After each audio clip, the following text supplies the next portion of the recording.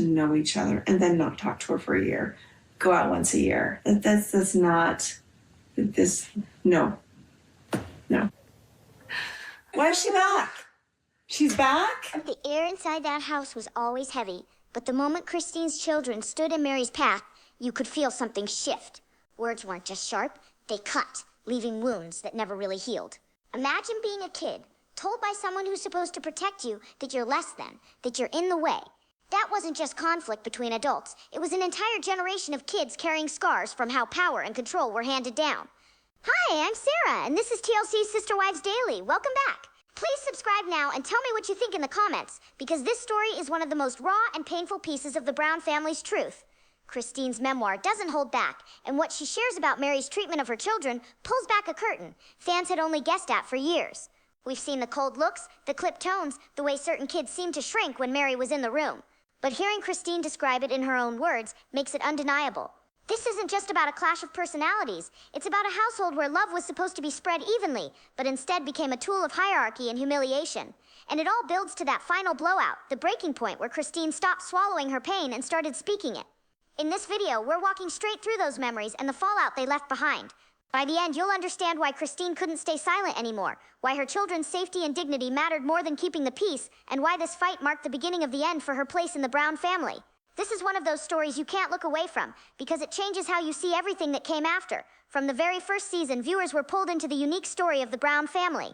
What began as an introduction to a household built on plural marriage quickly grew into years of television that showed us the everyday struggles, small joys, and complicated dynamics of trying to hold so many lives together under one roof. The Browns invited the cameras into their kitchens, their living rooms, their family meetings, and for over a decade we saw how this choice shaped their children and their futures. At the center was Cody, husband to 4 women, each relationship unfolding in front of us with different shades of closeness and distance. Meri came first. She wasn't just the first wife emotionally, she was the only one legally recognized. That detail never left the background. It hung over every season, every joint decision, and every argument. Janelle followed, then Christine, and years later Robin entered and shifted the balance once more. From the start, the order in which these marriages happened mattered, and the show itself reflected that order. Those early years in Lehi, Utah gave audiences the clearest look at how plural living worked day to day.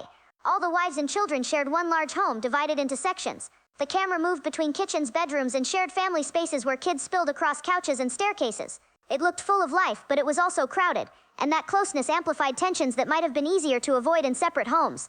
A single word, a certain look, a choice about discipline or chores could be felt by everyone because walls didn't block the energy of the house.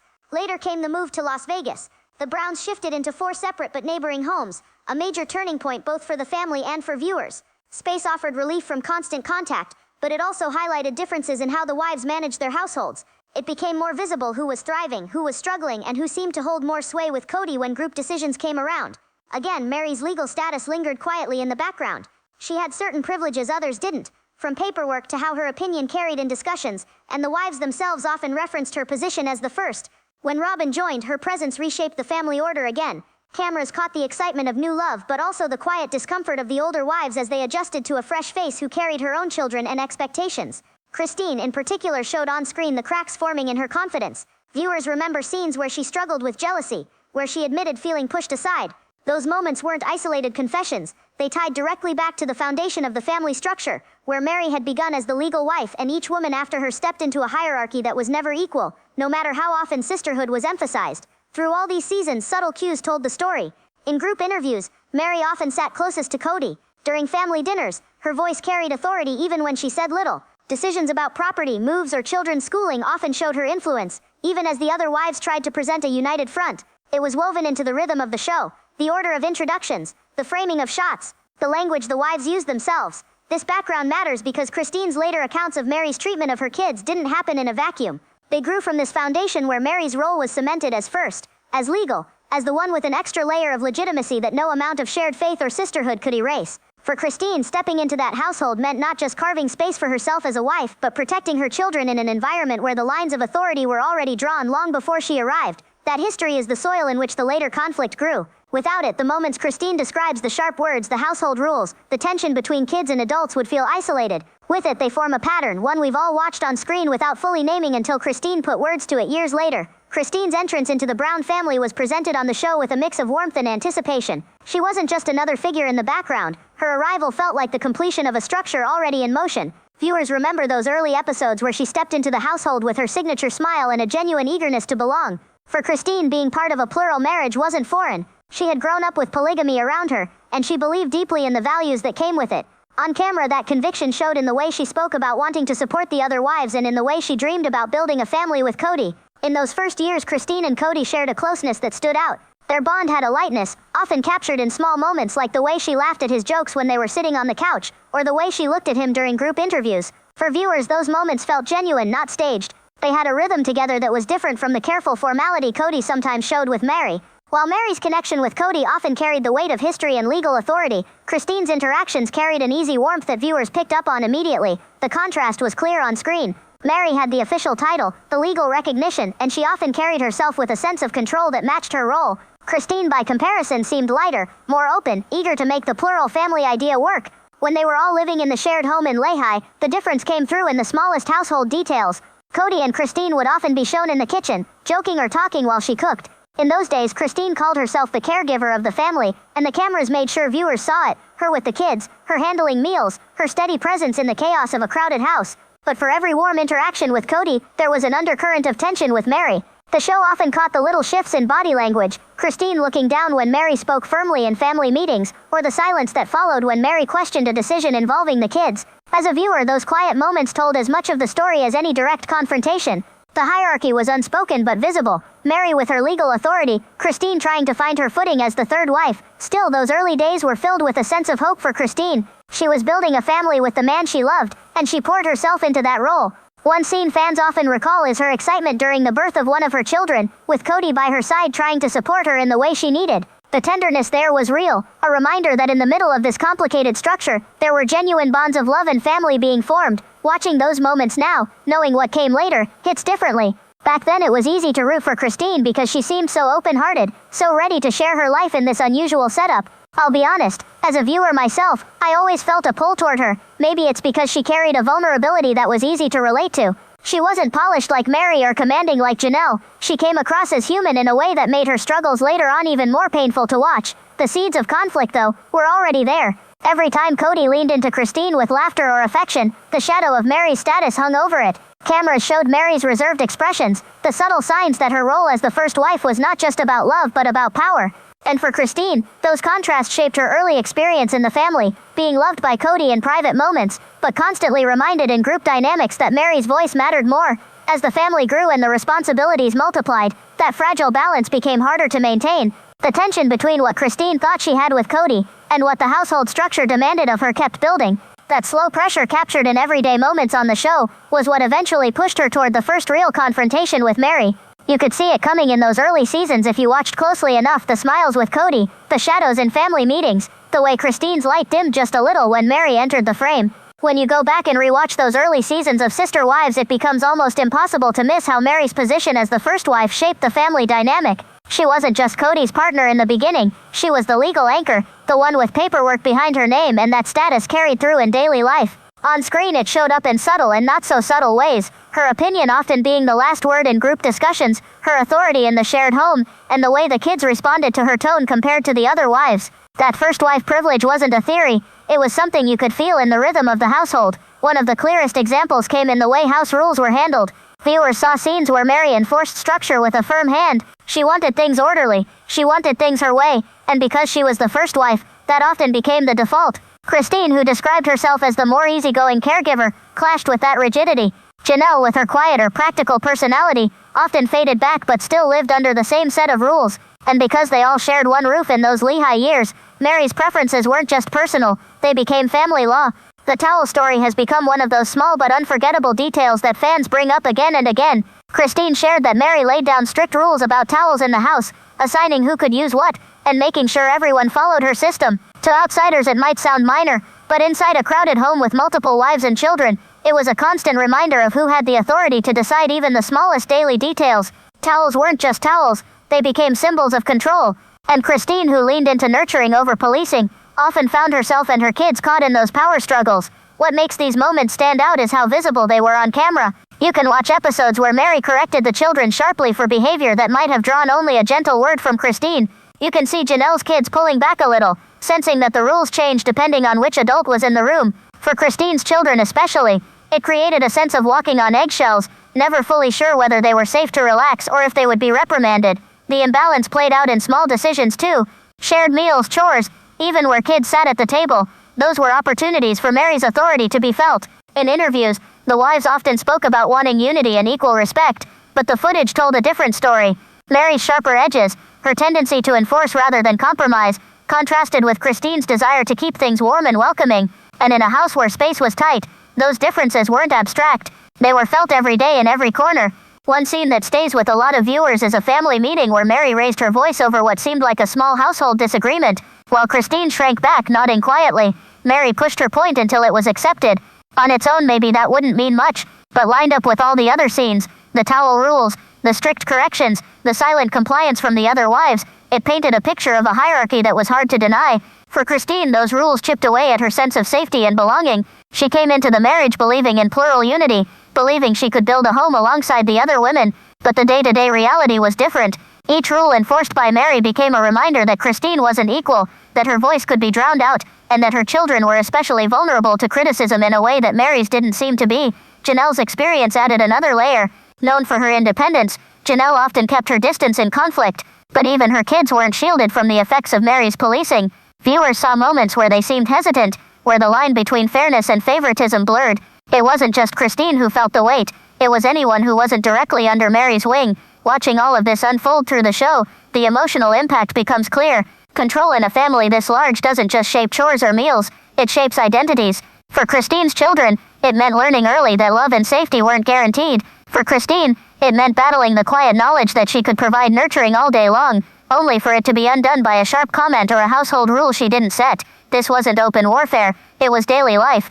But sometimes the smallest battles leave the deepest scars. A rule about towels, a correction at dinner, a voice raised just enough to silence a room. These were the building blocks of Meri's hierarchy, and they set the stage for the deeper fractures that Christine would later expose. As a viewer, it's hard not to react to those moments. You feel the unfairness in your chest. You remember being a kid in a room where one adult's tone meant everyone else went quiet. And you see how in the Brown household, Meri's role as the legal first wife gave her license to enforce control in ways the others couldn't easily challenge. That imbalance didn't just shape the wives, it shaped the children, the marriages, and eventually the unraveling of the family itself. Some of the hardest truths about the Brown household don't come from sweeping storylines. They come from the small moments fans remember clearly because they played out right in front of the cameras.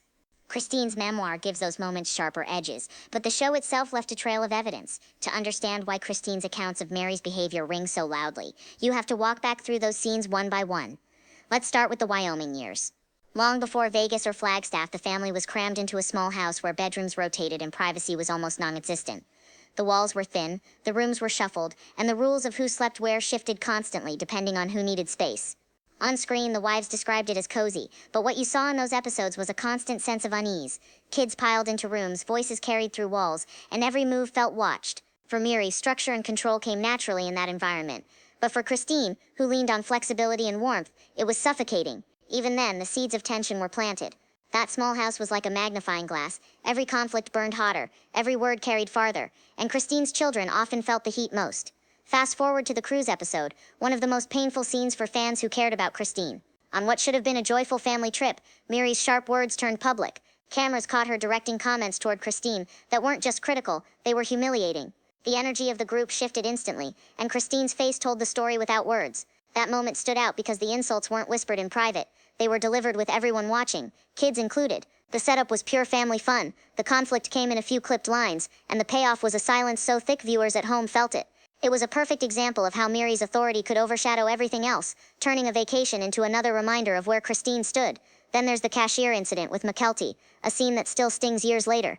On camera, viewers watched as Meri embarrassed Christine's daughter in public over something as simple as checking out at a store. The criticism wasn't gentle, it was harsh and dismissive, leaving McKelty red-faced and uncomfortable. That humiliation captured on national television wasn't just about the moment itself, it symbolized the way Christine's children often bore the brunt of Meri's strictness. Fans who saw it couldn't unsee it. A child singled out, a mother powerless to shield her daughter, and a first wife who seemed more concerned with rules than with compassion. That memory sits heavy because it wasn't Christine's words years later, it was all there, playing out in front of us. Another moment worth revisiting comes from family interviews in the early seasons. Meri would often interrupt or correct Christine mid-sentence, her tone sharper, her body language signaling impatience. The setup was simple, the wives sitting together answering questions about how plural marriage worked. The conflict came in those small cuts, the way Christine's voice dimmed as Meri's voice grew stronger, and the payoff was emotional. Viewers could sense Christine's discomfort even when she tried to smile through it. These weren't big blowouts, but the pattern was undeniable. At the same time, the show sometimes contradicted itself. In group confessionals, all the wives, including Christine, would insist they were equal, that polygamy was about balance and fairness. Yet the footage we were watching told another story entirely. Equality didn't look like one wife correcting the other's children in public. It didn't look like one woman holding the only legal marriage while the others faded into the background. That contradiction became part of the tension for viewers.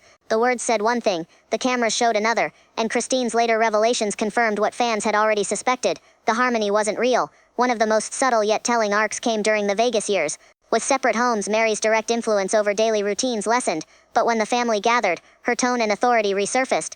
Christine's body language shifted whenever Meri took charge. Fans noticed it in planning sessions, birthday parties, even simple dinners. The setup was always family unity.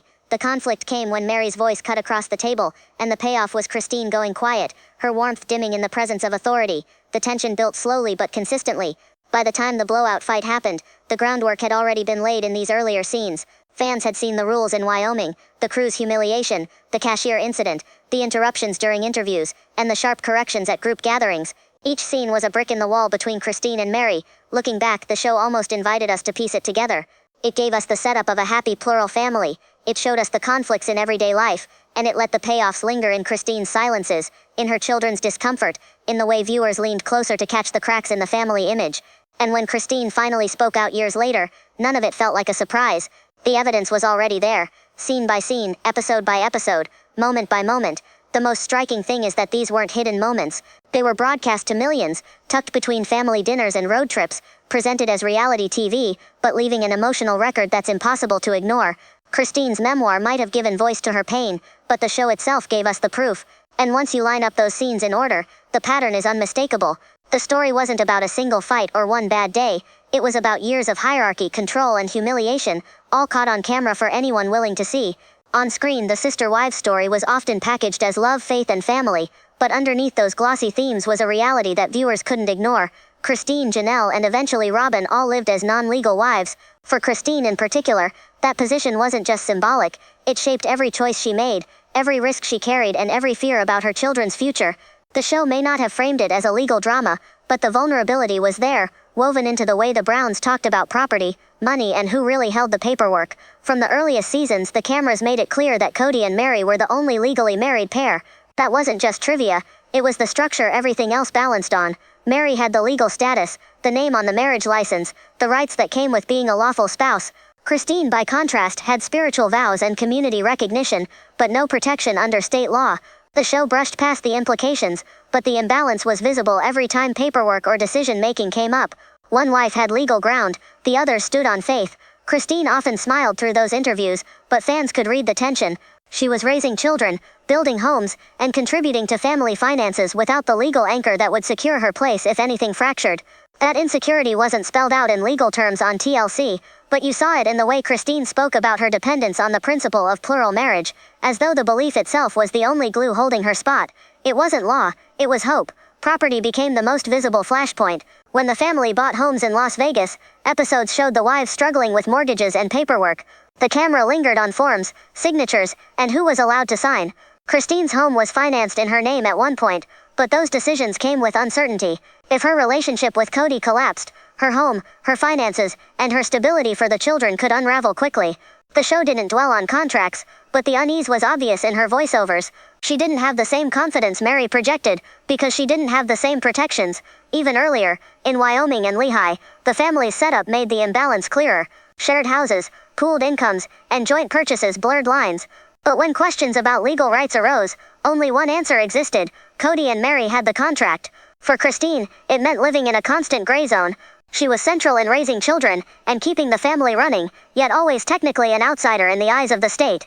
Fans watching the show could feel the weight of that gap, even when the wives avoided naming it. Money talk popped up in interviews as well.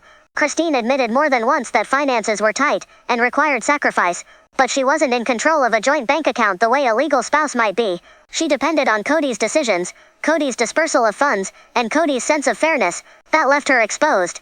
If she walked away, what guarantee would she have?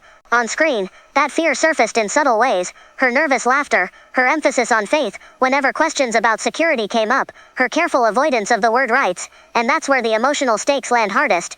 Imagine being the mother of 6 children, building a life around a man, and knowing that if you left, you might walk away with nothing but the clothes in your closet. That was Christine's position for years. The practical consequences of leaving weren't just emotional heartbreak, they were financial freefall, housing, custody, stability, all of it was tied to a marriage that didn't legally exist. The scare moments come when you line up those episode fragments. The Vegas mortgage stress, the confessionals where Christine admits she feels like last on the list, the interviews where finances sound stretched thin. Each one adds another layer of anxiety, a reminder that Christine lived with a risk Meri never had to face. Fans sensed it, even if they didn't always have the language for it. Christine was vulnerable in ways that were invisible on the surface, but devastating once exposed. That vulnerability explains so much about her hesitation, her years of trying to make it work, and the sheer courage it took to finally leave. For Christine, stepping out of that marriage wasn't just breaking faith with a principle, it was gambling with her livelihood and her children's security. And when viewers revisit those early episodes with that knowledge in mind, the stakes hit even harder.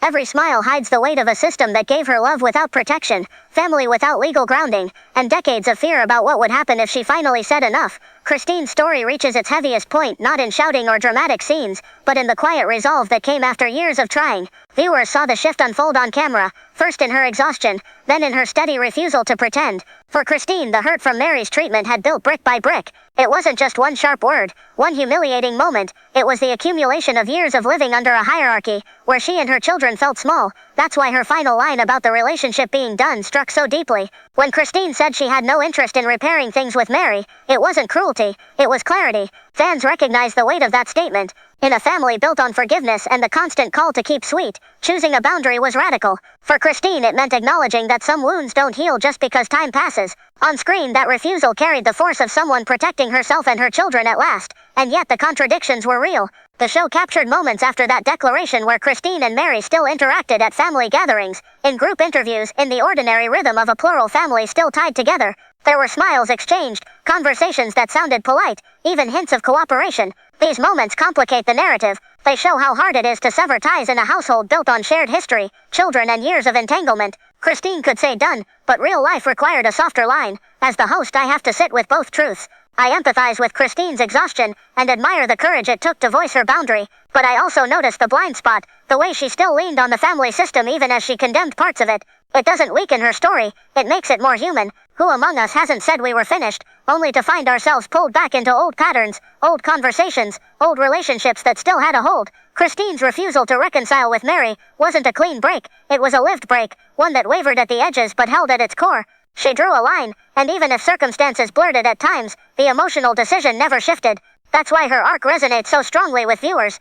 It isn't about hating Meri, or winning a battle, it's about reclaiming her right to decide which relationships deserved her energy, and which no longer did. In the end, Christine's stance marks a turning point in Sister Wives. It's not just another chapter of household conflict, it's a portrait of a woman who stopped prioritizing harmony over dignity. Her story reminds us that in families, especially ones under the weight of complex structures like polygamy, the most powerful act isn't reconciliation at all. Sometimes, it's choosing peace by walking away. Christine's journey through the Brown family is more than a personal story. It's a case study in what happens when hierarchy, favoritism, and legal structures intersect inside a household that calls itself equal. Across years of footage, we've seen the toll that imbalance took on her confidence, her children, and her faith in a system that demanded loyalty, but rarely gave security in return. The stakes weren't just emotional, they were material, daily, and deeply human. What Christine has exposed is vital. She showed how being a non-legal wife left her vulnerable, how Meri's first wife status translated into power and control, and how love was often filtered through rules instead of care. These details paint a picture of why her final refusal to reconcile mattered so much. It wasn't just about Meri, it was about rejecting the system that allowed hurt to take root and linger. But it's just as important to note what Christine doesn't fully name. She shines a light on her personal pain and the cruelty of certain dynamics, yet she stops short of condemning the broader framework of polygamy itself. That gap is telling. It shows how deeply ingrained the belief system still is, even when lived experience reveals its cracks. For viewers, that tension leaves an open question. Is Christine's story one woman's boundary, or is it proof that the system itself was always broken? And that's where I want to hear from you.